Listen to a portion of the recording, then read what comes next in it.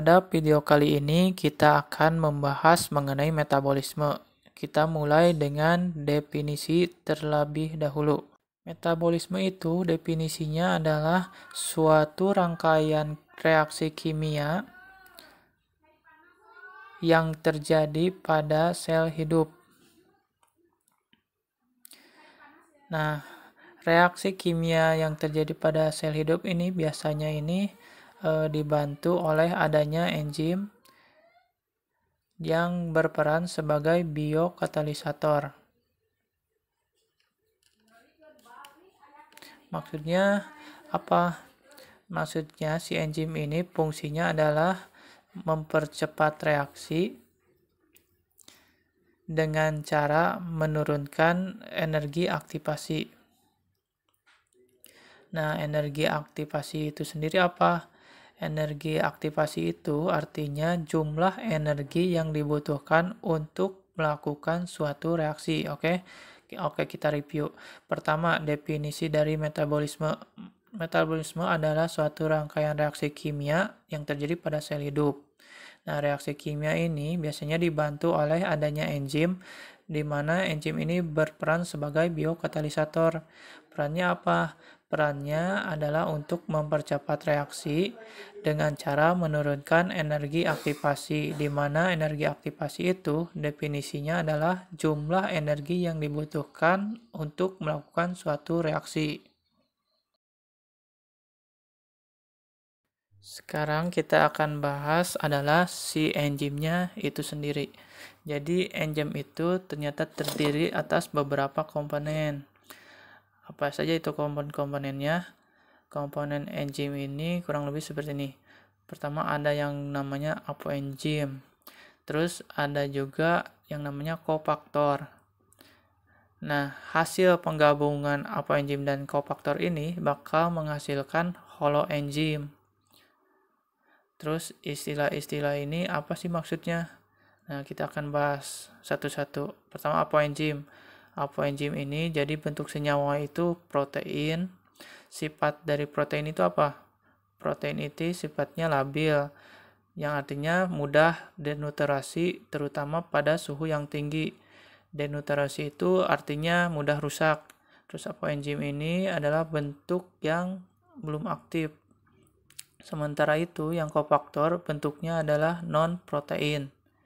Nah, karena non-protein, otomatis dia sifatnya stabil kalau dibandingkan dengan apoenzim.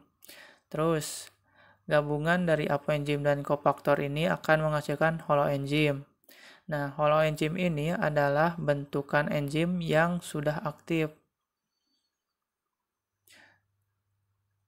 Nah, terus kofaktor kan non-protein. Contohnya apa coba? Contohnya misalkan ion-ion anorganik.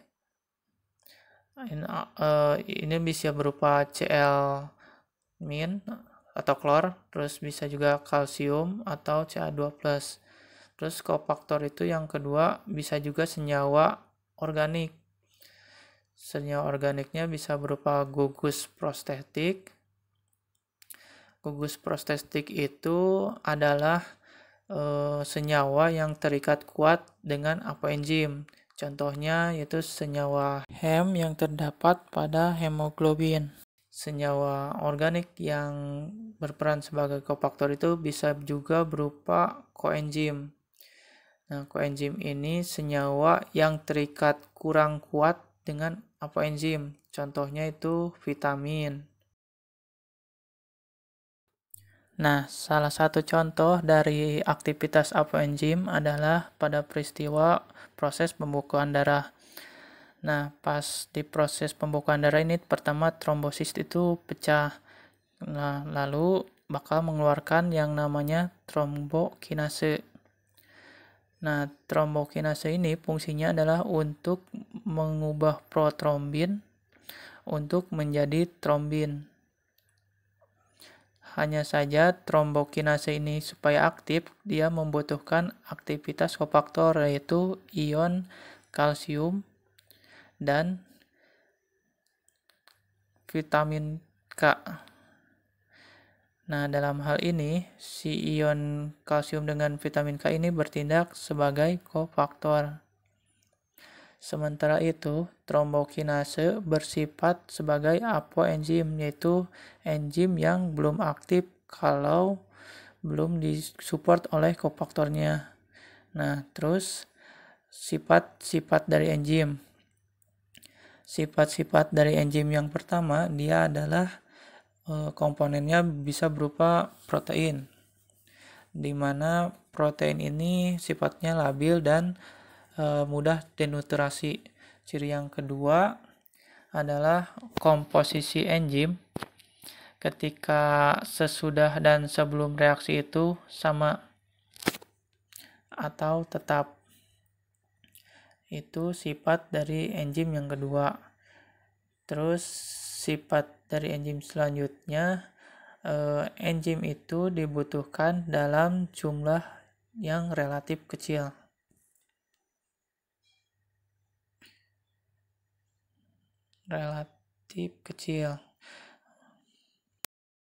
Sifat enzim yang keempat yaitu dia bersifat spesifik kerjanya. Maksudnya jadi satu jenis enzim itu hanya bekerja pada satu substrat saja. Contohnya apa? Contohnya misalnya adalah enzim amilase. Nah, enzim amilase ini hanya bisa bekerja pada substrat amilum saja. Nah, ini kerjanya yaitu mengubah amilum menjadi maltosa. Nah, kalau misalkan enzim amilase ini ditambahkan pada substrat lain, dia tidak akan bisa bekerja. Nah, yang kelima, yaitu enzim itu kerjanya dapat dua arah. Maksudnya apa? Kita ambil contoh saja ya. Misalnya adalah enzim lipase. Enzim lipase ini kerjanya ini menguraikan lipid menjadi asam lemak dan gliserol. Nah, tapi si lipase ini juga bisa kerja mengsintesis lipid dari asam lemak dan gliserol. Jadi si lipid ini diuraikan asam lemak dan gliserol ini butuh lipase.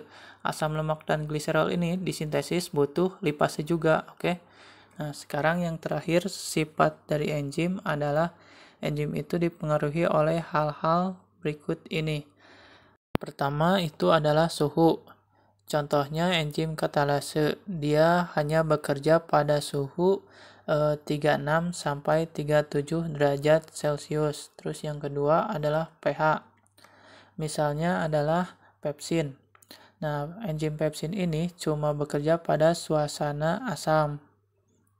Terus yang ketiga adalah konsentrasi substrat.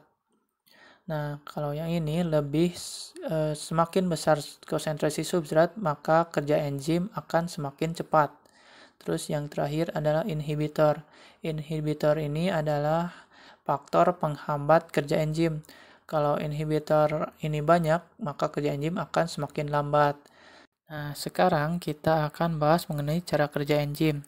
Cara kerja enzim ini memiliki beberapa metode. Yang pertama ini adalah lock and key. Metode ini gambarannya kayak gini, misalnya ini adalah enzim, struktur dari si enzim. Nah, ini adalah struktur dari substrat.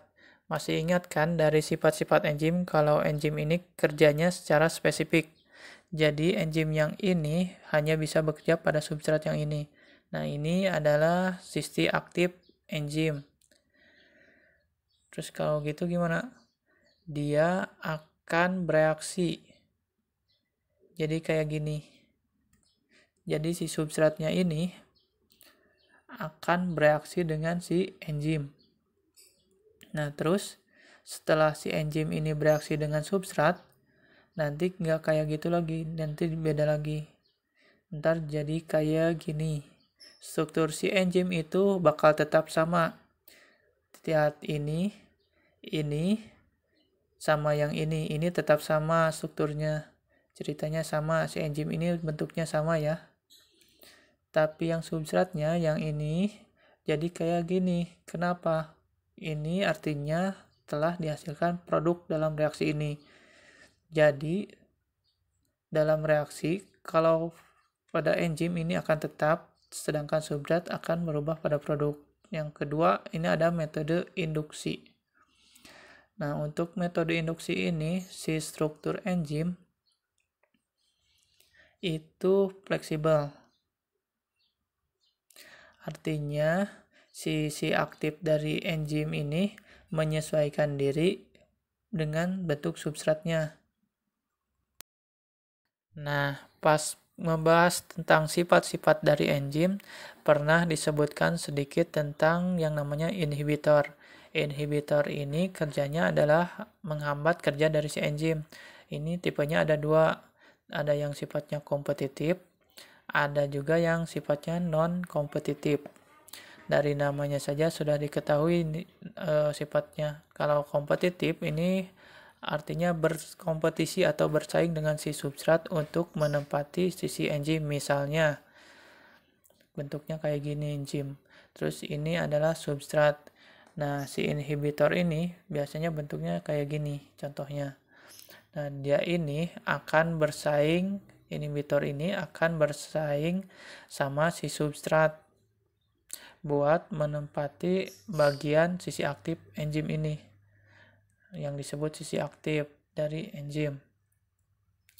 Nah, biasanya kalau struktur dari si inhibitor ini mirip dengan struktur dari substrat dan bisa menempati dari sisi aktif enzim. Ketika si inhibitor menempel pada enzim, dia tidak akan merusak struktur dari enzim. Jadi enzim ini dapat tetap bekerja, hanya saja dia harus bersaing dengan substrat. Nah, kalau non-kompetitif, si inhibitor ini nempel tidak pada sisi aktif, tapi nempel pada sisi lain dari enzim. Misalnya ini enzim, dia nempel bukan pada bagian ini, tapi bagian ini.